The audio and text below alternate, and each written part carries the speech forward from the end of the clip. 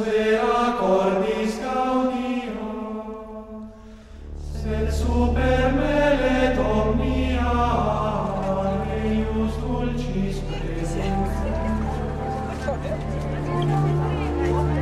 Il canitur suavius, nil auditur iucundius, il cogitatur dulcius, suam Iesus Dei Filius. Iesus vespeditentibus, quam Deus est petentibus, quam bonus te querentibus, et filis E os ensinamentos deixados.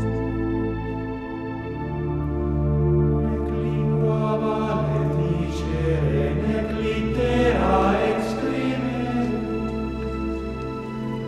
expertus potes credere, quid sit Jesus.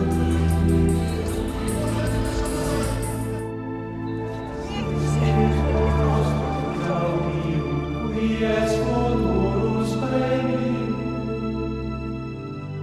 sit nostra.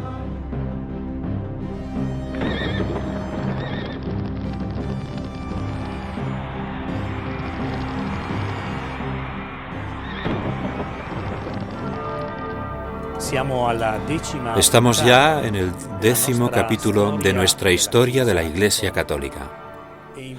A lo largo de 20 capítulos trataremos de dibujar el recorrido de esta historia, conscientes de que hemos tenido que sintetizar muchos personajes y hechos. Hemos intentado dar un hilo conductor a esta historia de la Iglesia y nos disponemos a reflejar este camino señalando los momentos más significativos, los momentos más importantes de este gran fresco que tiene sus luces y no hay por qué ocultarlo, sus sombras. Lo importante es mostrar el camino, enseñar cómo muchos hombres, cómo tantos grandes personajes se han esforzado y entregado su vida para hacer crecer esta Iglesia, este cuerpo de Cristo entre los hombres. Y entre los grandes personajes que encontraremos en este 10º capítulo, sobresale la figura de Urbano II, el cual, desde 1089, cuenta con una bula especial, un documento especial que crea a su alrededor un grupo de personas que, desde ese momento, se convierte en la curia romana, que trabajarán para mantener viva la relación entre el Papa y los obispos. Además, Urbano II creará un organismo dentro de la Iglesia. Dará mayor importancia y vigor al colegio cardenalicio como estructura para la elección del nuevo pontífice, para administrar la sede vacante. Urbano II muere 2 semanas después de que los cruzados conquistaran y entraran en Jerusalén. Es el 15 de julio de 1089. Jerusalén está bajo el control de los cruzados. Cuando Urbano II exhortó a los caballeros cristianos para que fueran a Tierra Santa a liberar el Santo Sepulcro, no podía imaginar todo lo que sucedería después.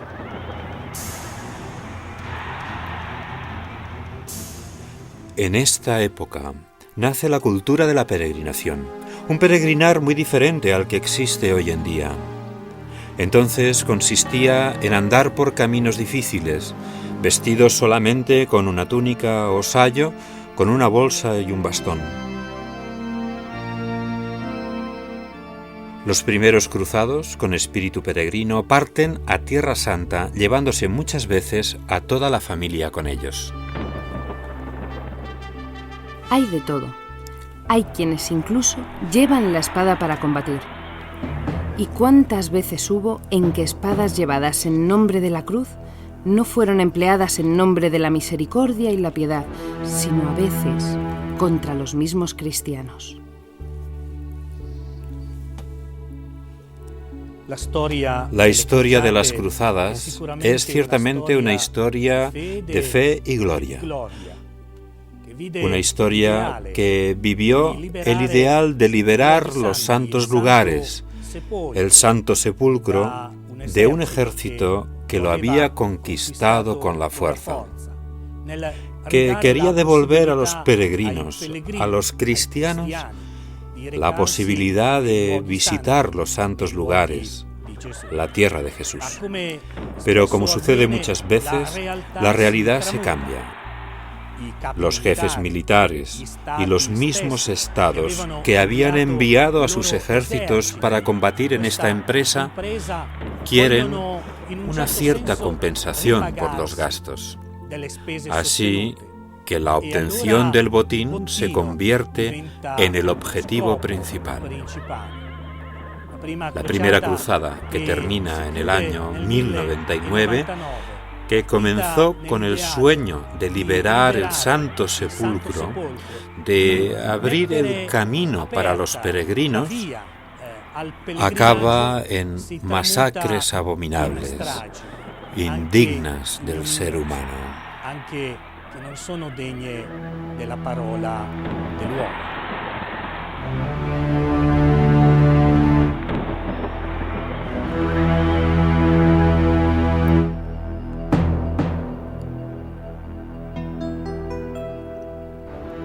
Hacía poco tiempo que se había firmado en Worms un concordato entre el emperador Enrique V y el Papa Calixto II que ponía punto final a la disputa por las investiduras, por los nombramientos.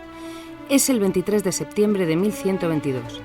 El Tratado de Worms reconoce a la Iglesia su poder sobre el gobierno espiritual y al imperio el gobierno temporal. Esta definición de funciones solo traerá beneficios a ambas partes.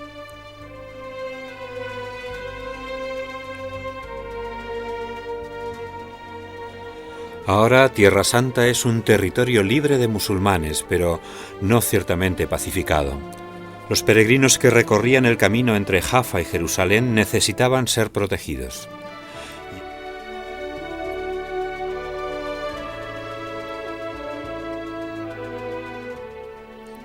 Y así es como nacen las nuevas órdenes de caballeros como los templarios, los cuales se encargan de proteger de cualquier agresión en Tierra Santa a los peregrinos.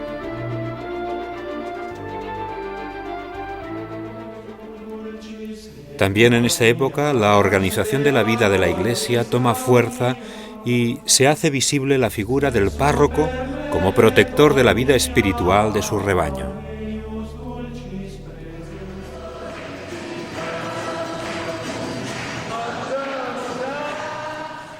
Nada ha cambiado desde entonces.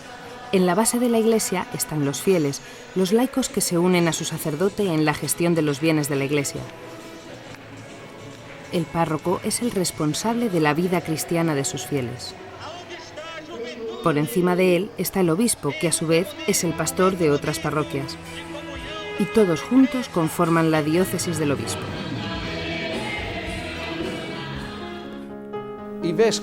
Los obispos son las columnas sobre las que se sustenta la Iglesia católica.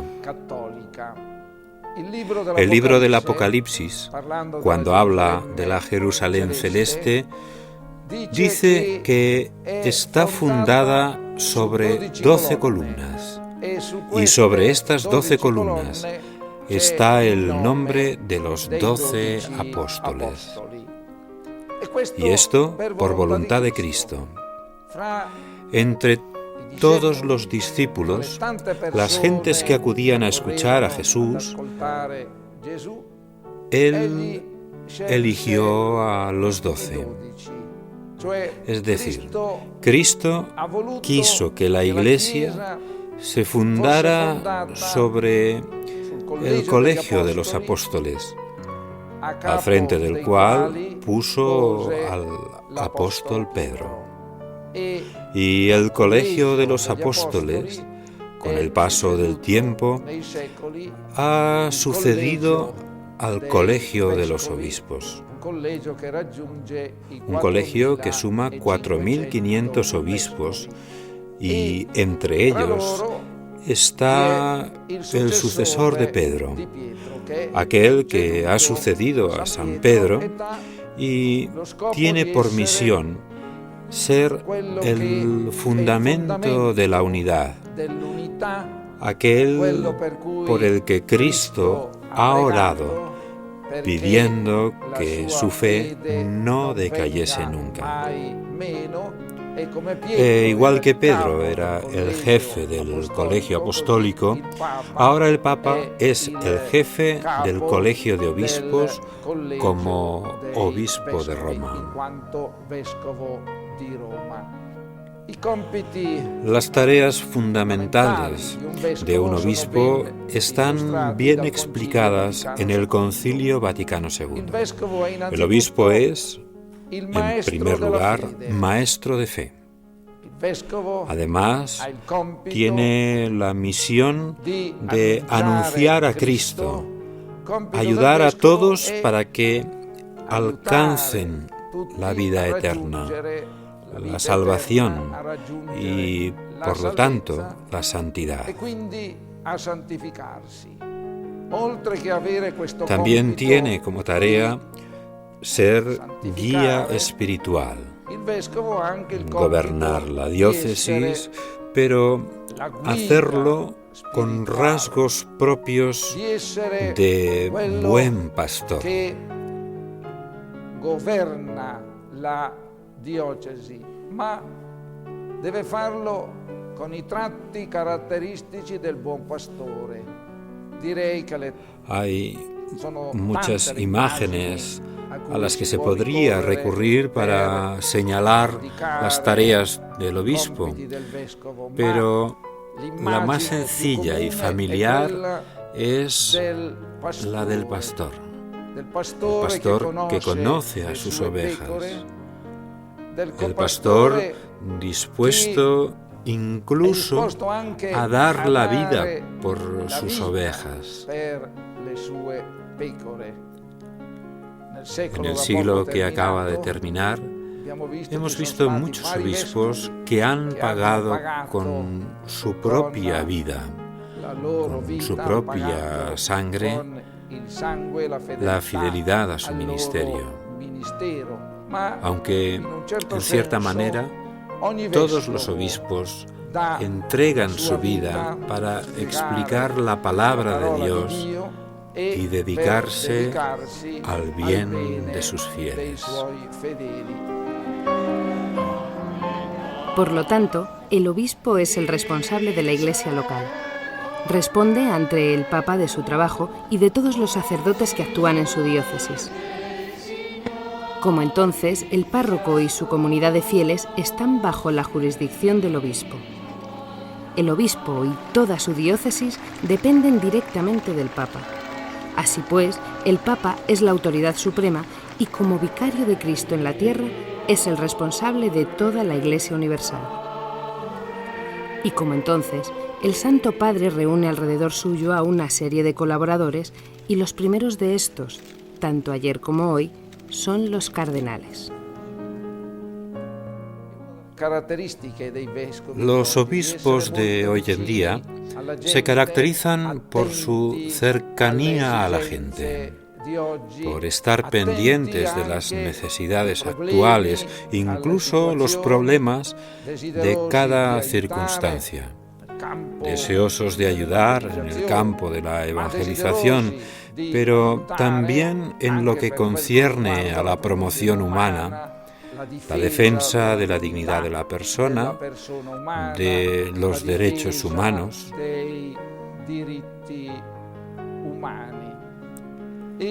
Y yo diría incluso que para aquellos que están alejados de la Iglesia, el obispo es un punto de referencia y un reflejo de aquellas cosas que Los ojos no pueden ver y las manos no pueden tocar, pero que están vinculadas con la necesidad de trascendencia que existe en el corazón de todo hombre y mujer.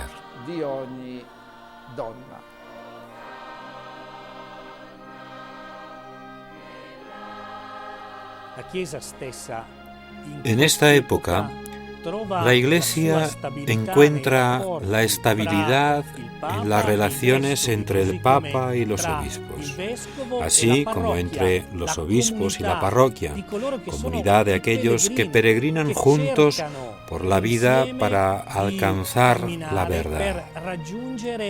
Es una relación muy estrecha y significativa. La parroquia, unida a su obispo, en comunión con el Papa. Es el sentido del peregrinar, el sentido del hombre que está en camino, el significado más profundo de la parroquia.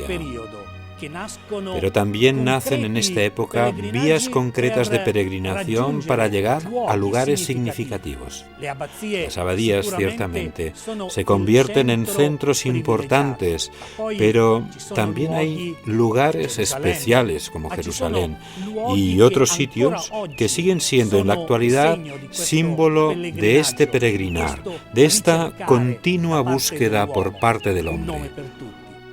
Un ejemplo, Santiago de Compostela. Este ir y venir de un lugar a otro es un estímulo para la vida de la Iglesia, que está llamada a no pararse nunca en su continua búsqueda. Es el testimonio de personas muy humildes, de personas que buscan, así como de importantes personajes como Bernardo de Claraval, el cual en el año 1112 se puso en camino junto a 4 compañeros para buscar a Dios, para acoger la presencia de Jesucristo de una manera especial que marcará en los siglos venideros la historia de la Iglesia. Bernardo llegó al monasterio de Citeaux y se presentó ante el abad Esteban con muchos parientes, hermanos, primos, para comenzar y crear dentro de la Iglesia un nuevo carisma que marcará la historia de los siglos siguientes. San Bernardo de Claraval. Otra vez nos encontramos con un monje que sacude a la Iglesia con el coraje y la determinación con los que había abandonado una vida privilegiada para vivir plenamente la vida religiosa. En el año 1119, Bernardo está entre los firmantes de la regla de la Orden Cisterciense, aprobada por el Papa Calixto II. La regla cisterciense, conocida también como Carta de la Caridad, devuelve a un lugar central en la vida del monje las enseñanzas de San Benito. Es decir, se vuelve a una jornada marcada por la observancia de los momentos de oración.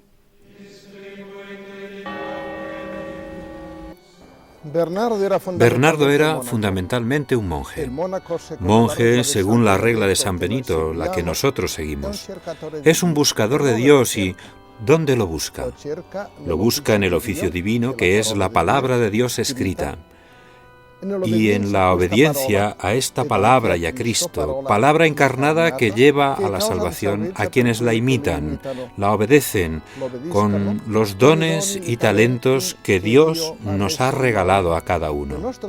En nuestros tiempos, la Iglesia, en el Concilio Vaticano II, concretamente en el decreto Perfecte Caritatis, nos ha dicho que se debe conservar la vida monástica en Oriente y en Occidente. Así que la regla de San Benito y los comentarios de San Bernardo son plenamente actuales. y nos invitan a perseverar o a recuperar en la praxis del sermón diario o al menos semanal en la sala del capítulo. Esto para nosotros es un estímulo al comenzar el siglo XXI para redimensionar nuestra actitud particular de monjes en esta nueva evangelización, en los tiempos de la globalización, también llamada etapa post-religiosa y post-cristiana, que vive bajo la dictadura del relativismo.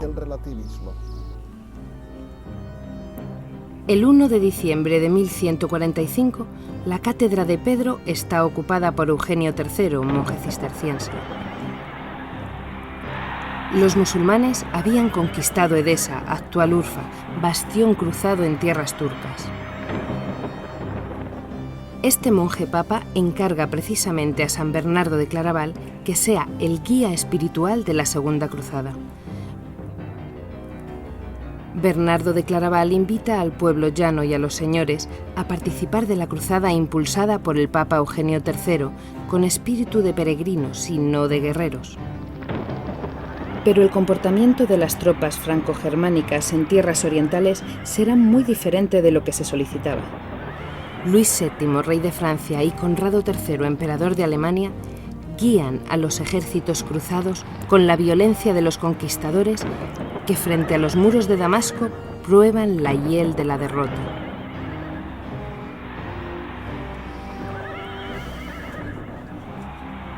No podía ser de otra manera para un ejército que anteponía la codicia y el dominio al espíritu religioso. San Bernardo, que había predicado la cruzada, se dio cuenta enseguida de que lo que guiaba a los cruzados no era el espíritu que él había predicado, sino el del dominio y la prepotencia. Es probable que Bernardo de Claraval no acepte fácilmente que Luis VII o Conrado II sean hombres tan ávidos de poder. Parece como si fuera una derrota en su intento por volver a la Iglesia de los primeros tiempos. Pero no podemos olvidar que en esta misma época aparece otra figura de primer orden, Abelardo. Bernardo y Abelardo se enfrentan con toda probabilidad. Pero aunque en un primer momento parece que la victoria sonríe a Bernardo, poco después aparecerá la estrella de Tomás de Aquino, el cual presentará y se presentará como una nueva síntesis, como un nuevo modelo de pensamiento. Pero de todo esto hablaremos con más detalle en el próximo capítulo.